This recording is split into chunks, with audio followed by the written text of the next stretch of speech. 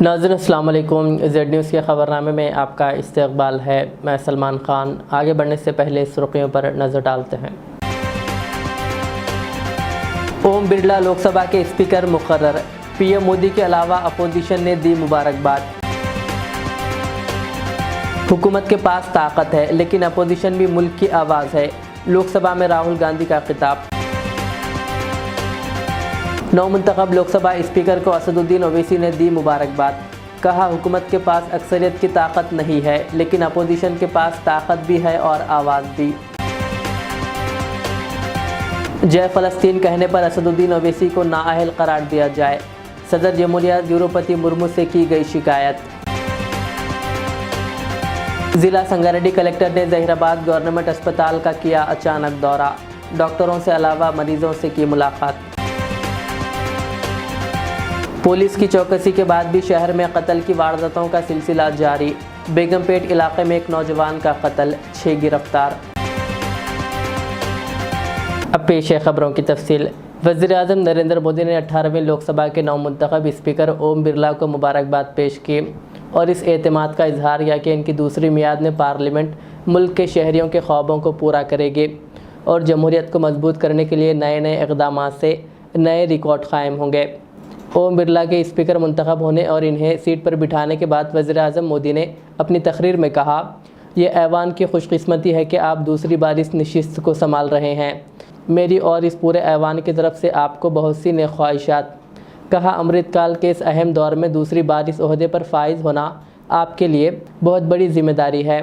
उन्होंने कहा कि हम सबको यकीन है कि आने वाले 5 सालों में आप हम सब की रहनुमाई करेंगे और मुल्क की उम्मीदों और तवक्कुआत को पूरा करने के लिए ये ऐवान जो जिम्मेदारी से निभाएगा, इसमें आपका बहुत बड़ा किरदार रहेगा। आदरणीय अध्यक्ष महोदय, ये सदन का सौभाग्य है कि आप दूसरी बार इस आसन पर विराजमान हो रहे हैं। आपको और इस पूरे सदन को मेरी तरफ से मैं बहुत बहुत बधाई देता हूं।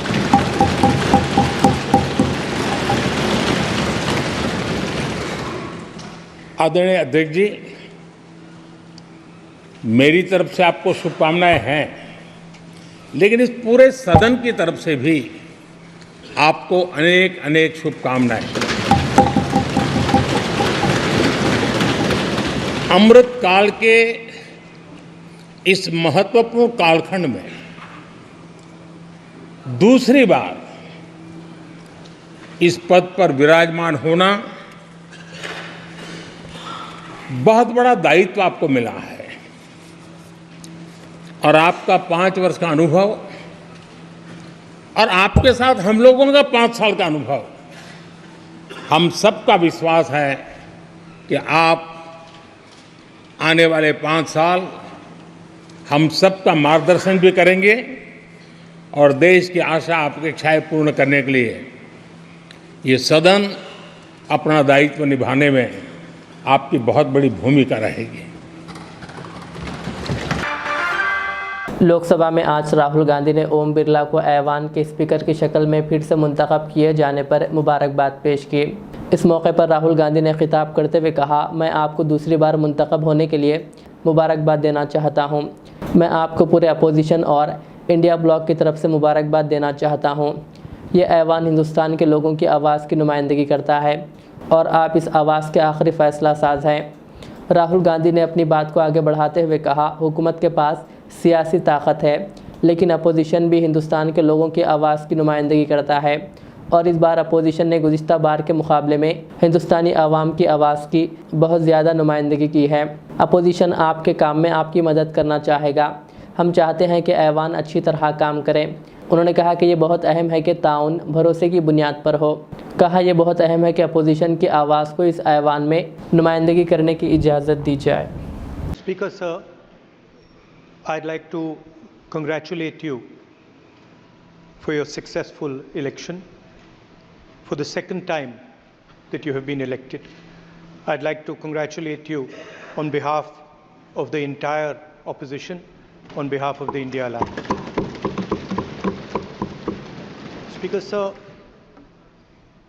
this House represents the voice of India's people.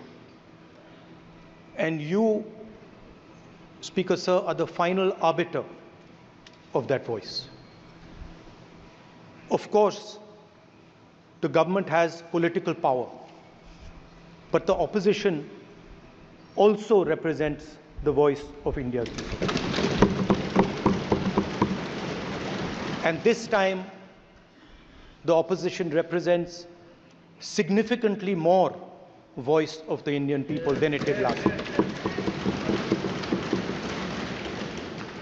Speaker Sir, the opposition would like to assist you in doing your work. We would like the House to function often and well. Speaker Sir, it is very important that cooperation happens on the basis of trust.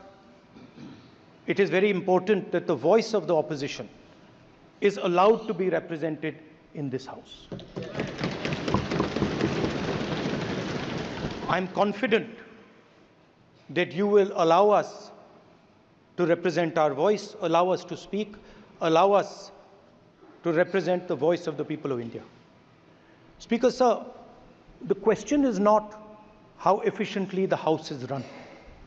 The question is how much of India's voice is being allowed to be heard in this House.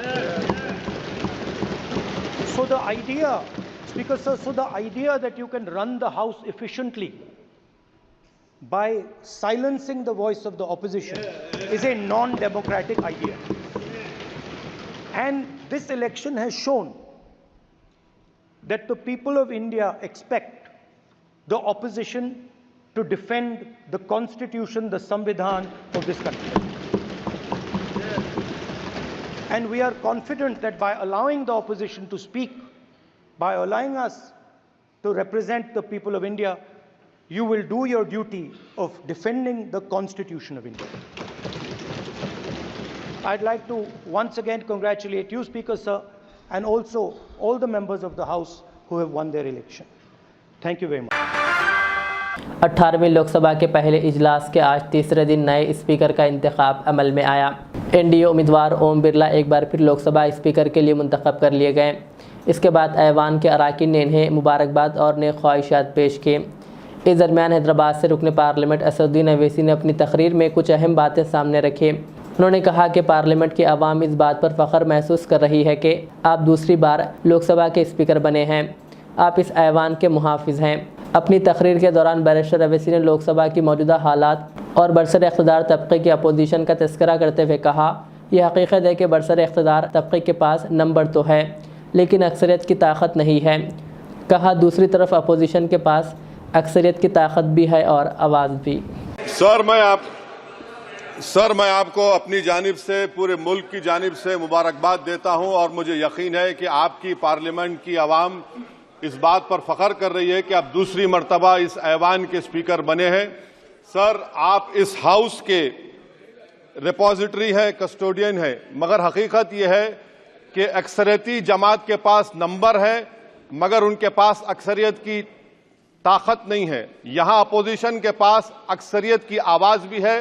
तो इसीलिए मेरी आपसे गुजारिश है कि आप छोटी पार्टियों को मौका दीजिए और मुझे यकीन है कि आप 17वीं लोकसभा में जिस तरह शफकत का मुजाहरा मुझ पर किया, हम छोटी पार्टियों पर, मैं उस समुदाय से आता हूं जो इस ऐवान में सिर्फ 4% है, तो हमको आवाज उठाने की आवाज दीजिए। सर आखिर में मुझे यकीन है कि आप वहां पर बैठे हैं तो यह ऐवान एक कीमती हीरे की तरह ना सिर्फ इस मुल्क की आवाम में, दुनिया में चमकेगा और आप के बोझ को यह सरकार कम करेगी डिप्टी स्पीकर बनाकर।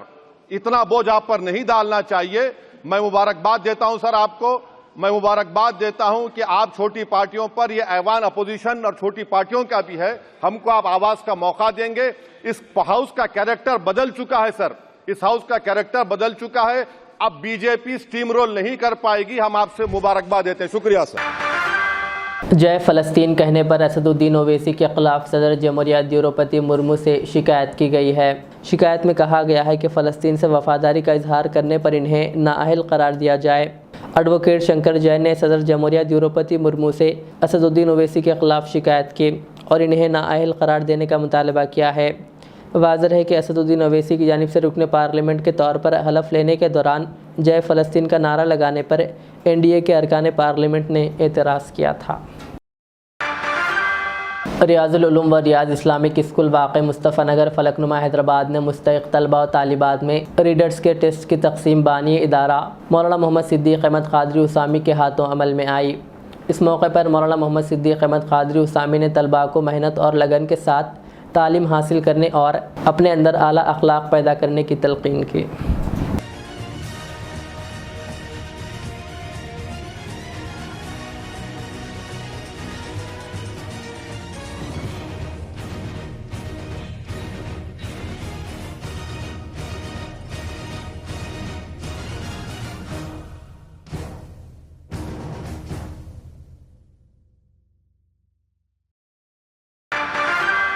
IAS ऑफिसर अमरपल्ली ने आज greater Hyderabad municipal corporation GHMC commissioner की हैसियत से चार्ज संभाल लिया। हाल ही में 44 IAS ऑफिसर्स के तबादले किए गए, जबकि GHMC कमिश्नर रह चुके रोनाल्ड रोज को तेलंगाना एनर्जी डिपार्टमेंट का सेक्रेटरी बनाया गया। Telangana state minority finance corporation के चेयरमैन उबैदुल्ला कोतवाल ने आज नई दिल्ली में national minorities development and finance corporation की चेयरमैन व MD डॉक्टर अभा रानी सिंह से मुलाकात की और तेलंगाना माइनॉरिटी फाइनेंस कॉरपोरेशन को माली इमदाद के सिलसिले में तबादिल ख्याल किया। ज़िला संगारेड्डी कलेक्टर V क्रांति ने आज जहीराबाद के सरकारी अस्पताल का अचानक दौरा किया और तमाम डॉक्टर्स और मरीज़ों से मुलाकात करते हुए तफसीलात हासिल की और डॉक्टर्स को वक्त की पाबंदी करने के अलावा मरीज़ों से अच्छे से पेश आने की तरगीब दी।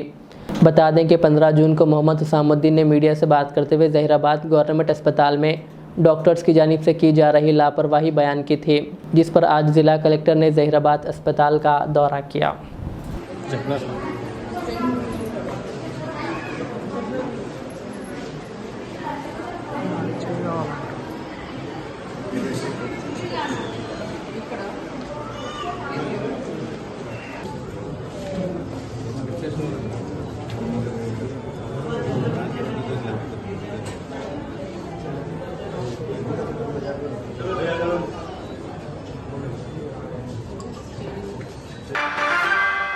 शहर हैदराबाद में गुज़िश्ता चंद दिनों से हर रोज़ एक कत्ल की वारदात पेश आ रही है।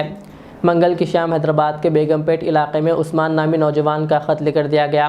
कत्ल की वजह मोहब्बत बताई जा रही है। पुलिस ने इस सिलसिले में 6 अफराद को गिरफ्तार कर लिया।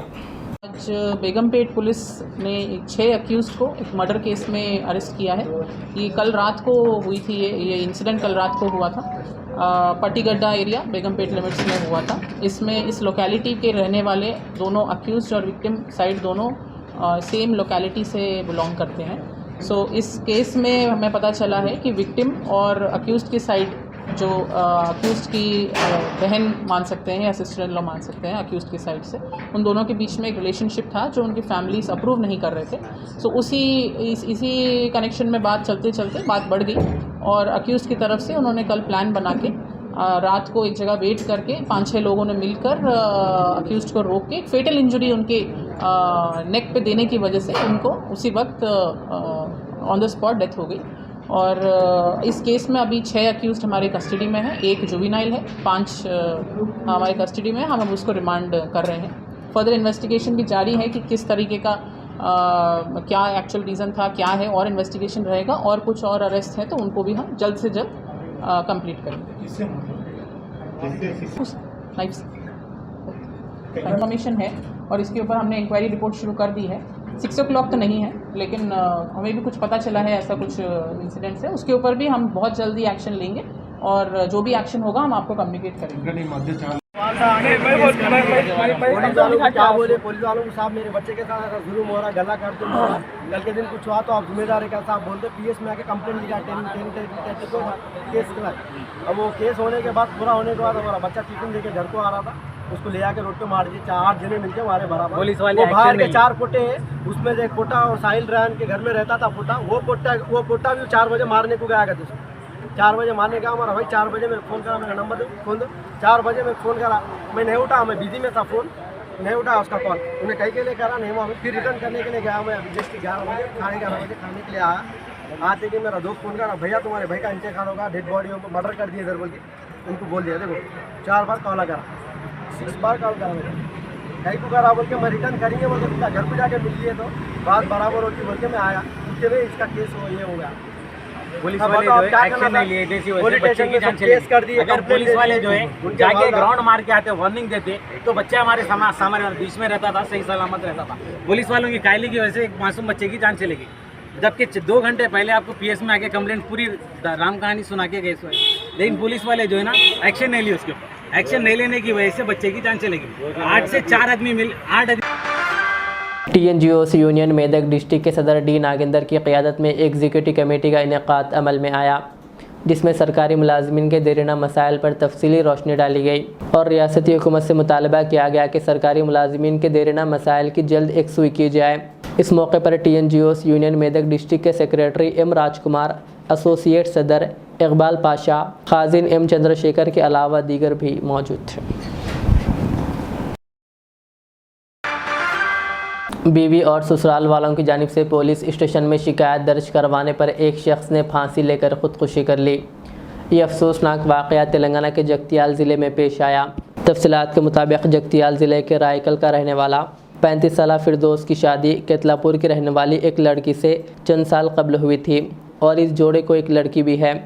अक्सर फिरदौस और इसकी बीवी के दरमियान झगड़े होते थे और कई बार बीवी और ससुराल वालों ने पुलिस स्टेशन पहुंचकर फिरदौस के ख़िलाफ़ शिकायत भी दर्ज की थी। 2 दिन कबल भी फिरदौस के ख़िलाफ़ इसकी बीवी और ससुराल वालों ने पुलिस से शिकायत की, जिस पर पुलिस स्टेशन में कांस्टेबल ने फिरदौस पर हाथ उठाया और गाली गलौज की। इस वाक़े से दिलबर्दाश्ता होकर फिरदौस ने घर में फांसी लगा ली। बताया जाता है कि इसने ख़ुदकुशी से कबल एक नोट भी छोड़ा है, जिसमें पुलिस कांस्टेबल के हाथ उठाने का जिक्र करते हुए आला ओहदेदारों से कांस्टेबल के खिलाफ सख्त कार्रवाई का मुतालबा किया। आखिर में सुर्खियां और एक बार। ओम बिरला लोकसभा के स्पीकर मुकर्रर, पीएम मोदी के अलावा अपोजिशन ने दी मुबारकबाद। हुकूमत के पास ताकत है लेकिन अपोजिशन भी मुल्क की आवाज़ है, लोकसभा में राहुल गांधी का खिताब। नवमुंतखब लोकसभा स्पीकर को असदुद्दीन ओवैसी ने दी मुबारकबाद, कहा हुकूमत के पास अक्सरियत की ताकत नहीं है लेकिन अपोजिशन के पास ताकत भी है और आवाज़ भी। जय फ़लस्तीन कहने पर असदुद्दीन ओवैसी को नाअहल करार दिया जाए, सदर जमहूरिया द्रौपदी मुर्मू से की गई शिकायत। ज़िला संगारेड्डी कलेक्टर ने जहीराबाद गवर्नमेंट अस्पताल का किया अचानक दौरा, डॉक्टरों से अलावा मरीजों से की मुलाकात। पुलिस की चौकसी के बाद भी शहर में कत्ल की वारदातों का सिलसिला जारी, बेगमपेट इलाके में एक नौजवान का कत्ल, 6 गिरफ्तार। ये थी आज की दिन भर की हमारी खबरें। मुझे इजाज़त दीजिए। हमारे इज़्ज़त चैनल को यूट्यूब पर सब्सक्राइब, फेसबुक पर लाइक शेयर ज़रूर करें। अल्लाह हाफ़िज़। इस महंगाई के दौर में सोना खरीदना हुआ आसान। जौहरी gold diamonds and platinum Toli चौकी लाया है गोल्ड बचत स्कीम। शादी ब्याह और दीगर तकरीबात के लिए अब सोना खरीदें 11 महीने की आसान अकसात पर और 12वें महीने में अपना सोना घर ले जाएं एवरेज गोल्ड रेट पर बिना कोई एक्स्ट्रा चार्ज और 0% इंटरेस्ट के साथ 916 हॉलमार्क की jewellery, no wastage, no making charges के साथ। अब होगी बचत पैसों की और घर आएगा सोना, वो भी आसान अकसात पर। आपका भरोसा, हमारी पहचान। Jauhari, crafted just for you. Gold diamonds and platinum, Toli Chowki, Hyderabad. Riyaz Islamic school, तालीमी मैदान में एक नया इनकलाब। इस्लामिक और मॉडर्न एजुकेशन की अजीम दरसगाह। 23 साल तजुर्बे के बाद तलबा और तालिबात के लिए रियाज इस्लामिक स्कूल पेश करता है हिफ्ज़ कुरान, नाज़िर कुरान क़ायदे के अलावा नर्सरी ता 10वीं जमात तक की तालीम का बेहतरीन नज़्म। बच्चों के लिए हॉस्टल की सहूलत, मुस्तहिक़ तलबा के लिए खुसूसी रियायत, तलबा और तालिबात के लिए अलहदा क्लासेस के माकूल नज़्म, खुसूसी computer classes, hardware and software training. बच्चों में तहरीरी और तकरीरी सलाहियतों को उजागर करने के लिए हफ्तावारी प्रोग्राम।